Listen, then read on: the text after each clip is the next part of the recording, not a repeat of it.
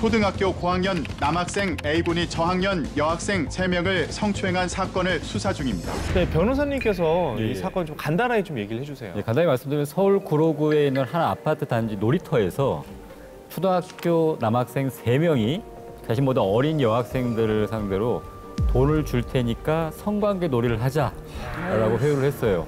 그러면서 어떻게 했냐? 자신의 신체 주요 부위를 꺼내서 보여주면서 네 것도 보여줘. 이렇게 추행해서 공분을 산 사건입니다.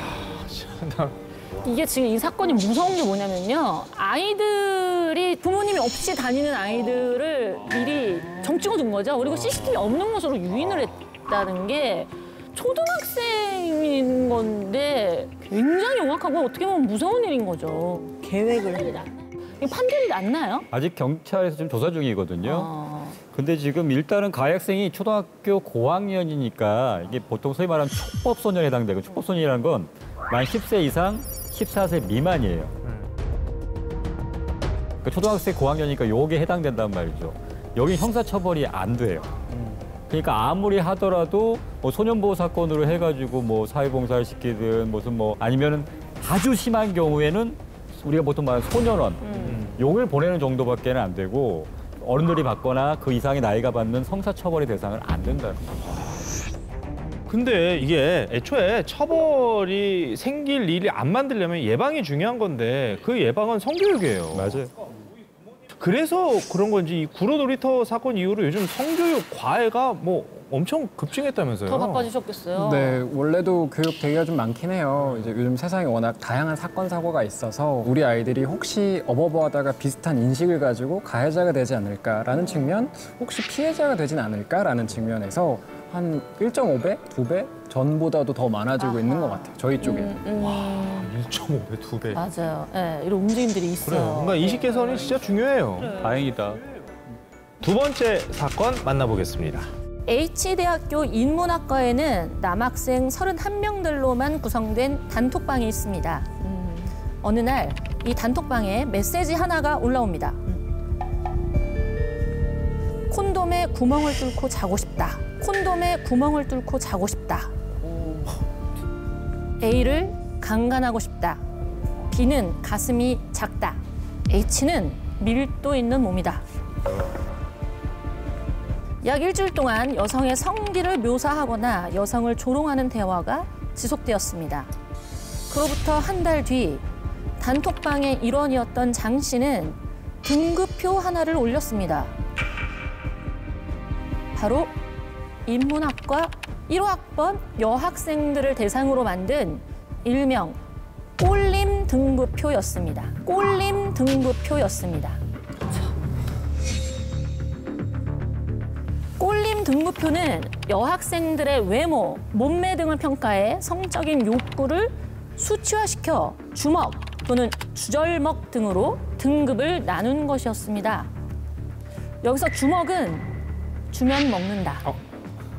참나. 주절먹은 진짜 어이가 없. 주절먹은 주면 절하고 먹는다라는 뜻이며 단톡방의 남학생들은 주먹, 주절먹의 기준으로 여학생들을 등급화시켰습니다. 단톡방에 있던 또 다른 남학생 배 씨는 자신의 여자친구까지 성희롱의 대상이 되는 것을 보고 학생회장단에 문제를 제기했고 성희롱적인 언행에 대한 제지를 요청했습니다. 그러나 학생회장단은 남자끼리 모이면 이렇게 놀지 뭐. 이런 걸로 문제 삼으면 대한민국 남자들 80%는 다 깜빵에 가야 돼. 라며 배 씨의 요청을 무시했습니다. 동기 여학생들에 대한 지속적인 성희롱적 대화와 모욕적인 언행에 화가 난 배 씨는 학교 대나무 숲 게시판에 대화 내용들을 모두 공개했습니다. 잘했다. 너무 공개한 거 참담하다. 진짜 잘했다. 지금 내가 듣고 있는 게 이게 우리나라에서 지금 벌어진다고? 제가 읽으면서 너무 어려워요, 지금. 어머나. 솔직히 우리 학교 다닐 때는 뭐 단톡방 이런 건 없었고 그냥 인기 투표 같은 거 그냥 하잖아요. 야, 인기 야, 투표. 야, 인기 투표. 야, 6학년 3반에 와, 걔 진짜 막 이런 얘기는 했었어요. 예쁘다. 뭐 1등, 2등 이런 건 뽑았지. 저는 이제 사건이나 이런 걸 통해서 이제 접하게 되는 것들이 있는데 그 외모 등급을 매겨서 누가 1등이냐, 누가 2등이냐, 3등 이걸 했다가 그게 한번 적발이 돼가지고 좀 문제가 됐었어요. 이게 지금 말씀하시는데 우리가 놀라는 이유는 나름 지성인들 사이에서 단톡방이 그렇다는 거야. 지금 이것도 대학교 단톡방이에요. 꼴림 단독. 그런 말을 썼다라는 것 자체가 나는 그 방의 구성원들이 쓰레기들이에요, 쓰레기들. 근데 아이들 중에 특정 커뮤니티를 많이 이용하는 친구들이 이런 류의 말을 경쟁적으로 쓰는 걸 현장에서 좀 많이 봐요. 세 보이려고. 세 보이려고. 그러니까 요즘은 뭐 미드필더다 이런 표현도 해요. 미드필더요? 축구의 미드필더인데 공격수, 미드필더, 수비수잖아요. 그 상대방 여성이 이제 가슴이 출중하면 미드필더다 이런 식으로 쓰기도 하고 공격수는 뭐예요? 공격수는 얼굴이 출중하다. 수비수는 이제 그러니까 미드 차이 오졌다, 미드필더다 이런 식으로 안 좋게 위치로. 참 진짜 별의별 말들도 다 만들어낸다 정말. 아우. 뭐 먹버, 찍먹 이런 것도 써요. 정말 안 좋은 표현인데 먹고 버린다, 관계하고 관계를 끊는다, 성관계만 하고 혹은 이제 가볍게 스킨십을 생각한다가 찍먹.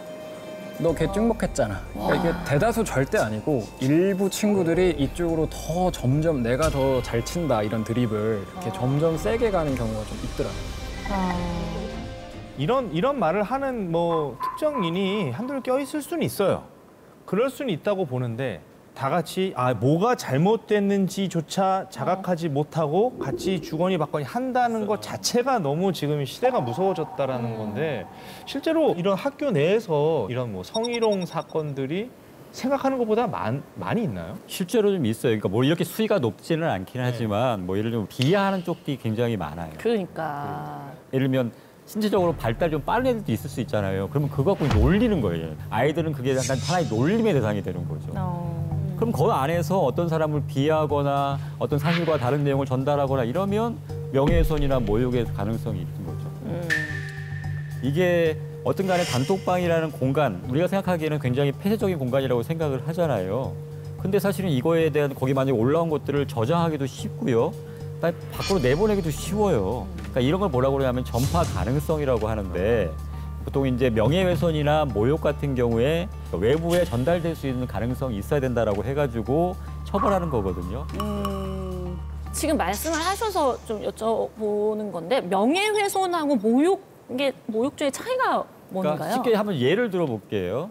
예를 들면 누구누구가 사기를 쳐서 감옥에 갔다 왔다. 구체적인 사실이 있잖아요. 그러니까 사기를 쳐서 감옥에 갔다 왔다. 이거는 뭐 확인해 볼 수 있는 사실이잖아요. 근데 사기꾼 같은 놈, 이거는 확인할 수 있는 게 아니라 하나의 평가나 의견이잖아요. 이렇게 바뀌는 거예요. 그래서 어떤 사실을 적시해서 어떤 사람의 명예 감정이나 사회적인 지위를 떨어뜨리려고 했다. 이거는 명예훼손이고 단순히 그냥 사실이 아닌 이런 걸 통해서 어떤 사람의 명예 감정이나 사회적인 위신이 같은 떨어뜨리게 했다. 이거는 이제 모욕이 되는 거죠. 이 단톡방에서 그런 저급한 말들을 배설하던 이 양반들은 어떤 처벌을 받는 거예요? 그게 이제 상대방을 이제 모욕하느냐 아니면 구체적인 사실이 있어서 명예훼손이냐에 따라서 명예훼손죄가 될 수 있고 모독죄가 될 수 있는데 이게 정보통신망이라고 해서 이런 인터넷상이나 이걸 해서 할 때는 더 가중 처벌이 돼요. 왜냐하면 전파 가능성은 더 높기 때문에. 사람이 많으니까. 그러니까 사람끼리 모여서 얘기하는 거하고 어떤 인터넷상에 올려가지고 퍼지는 건 속도나 이거 파급력은 훨씬 더 크잖아요. 그래서 이게 단톡방에서 했다. 이러면 더 가중해서 처벌받게 되죠. 그러면 단톡방에서 내가 주도적으로 대화를 이끌어가지 않아도 지켜보는 것만으로도 처벌을 받을 수가 있는 건가요? 근데 뭐 아무것도 안 하고 있었는데 처벌받다고 하기는 좀 어렵고 웃음 표시나 아니면 뭐 화이팅, 뭐 하여튼 뭐 크크크 하면서 뭐 어떤 반응을 보였을 때 올린 사람 입장에서는 사람들 반응이 좋네? 더 해야지? 라고 하면 이게 방조가 될 여지가 있어요. 상황에 따라서는 방조라고 여겨질 수가 있기 때문에 그런 거에 대해서는 만약에 탈퇴할 수 없는 상황이라면 아무것도 안 하거나 말려야지 그걸 거기다 소극적으로라도 동조하면 나중에 문제가 될 수 있습니다. 그래서 저는 좀 이런 단톡방에서 이런 말들 막 주고받는 거 어떻게 좀 한번 막을 수 있을지. 먼저 1차적으로는 아이들끼리만 있는 단톡방은 안 된다라는 게 첫 번째이기는 합니다. 보통은 담임 선생님이 공지를 전달하기 위해 단체 방을 반별로 만드는데 이제 담임 선생님 빼고 우리끼리 만들자. 라고 하는 경우가 생겨요. 근데 그럴 때에는 믿을 만한 우리 모두가 아는 어른이 있어야 된다. 너희들은 아직은 어리기 때문에 보호자가 필요하다라는 것들이 필요하고, 두 번째는 그래서 스마트폰을 아이들 사주기 전에 이야기하는 게 가장 좋습니다. 아직은 엄마가 보호자니까, 아빠가 보호자니까 너가 어떻게 이용하는지를 좀 봐야 될 것 같아. 그래서 그런 동의를, 합의를 미리 구한 다음에 사주면서 이걸 맞춰가야지. 만약에 이걸 강압적으로 하면 또 지웁니다. 그래서 지우지 않을 수 있게 좀 동의와 합의와 이런 것들 아이들이 정확하게 올바르게 알 수 있는 교육으로 풀어가셔야 되는 게 어렵다. 제가 아직 학교에서도 그렇고 저희가 그 톡이나 난치톡방을 하면 안 된다 해서 안 깔아놨어요. 그런데 축구를 하고 있으니까 이제 감독님이랑 아이들 방이 하나 있고 아이들만의 방이 하나가 있어요. 근데 우리 아들만 혼자 안 들어가 있는 거예요. 그래서 다른 부모님들도 그렇고 감독님도 그렇고 우리 아들만 안 들어가 있으니까 너무 소외감을 느끼고 좀 그렇지 않으냐 해주시면 어떡하냐고 그렇게 말씀하시는데 저는 한 1, 2년 더 기다리고 싶은 거예요. 그래서 이게 고민인데 어떻게 해야 되나요? 아이가 내내 스마트폰을 들고 다니는 걸 걱정하지만 또래 집단에선 좀 속했으면 좋겠다라는 마음이라면 그냥 공용 패드 같은 거 집에서는 사용할 수 있게 해서 그걸로 아이디 계정을 만들어주시는 게 좀 차선일 수 있지 않을까. 돼 안 돼로 하다 보면은 아이들이 이제 중학생쯤 되면 이런 데서 거래를 합니다. 공폰이 얼마 안 해요. 아이들 용돈으로 살 수 있는 정도가 돼서 공폰을 사서 그 엄마한테나 학교에서 하나 제출하고 자기 게 따로 있어요. 결국에 그러니까 못하게 하는 건 아이들이 다 뚫어요. 아이들이 너무 똑똑하다.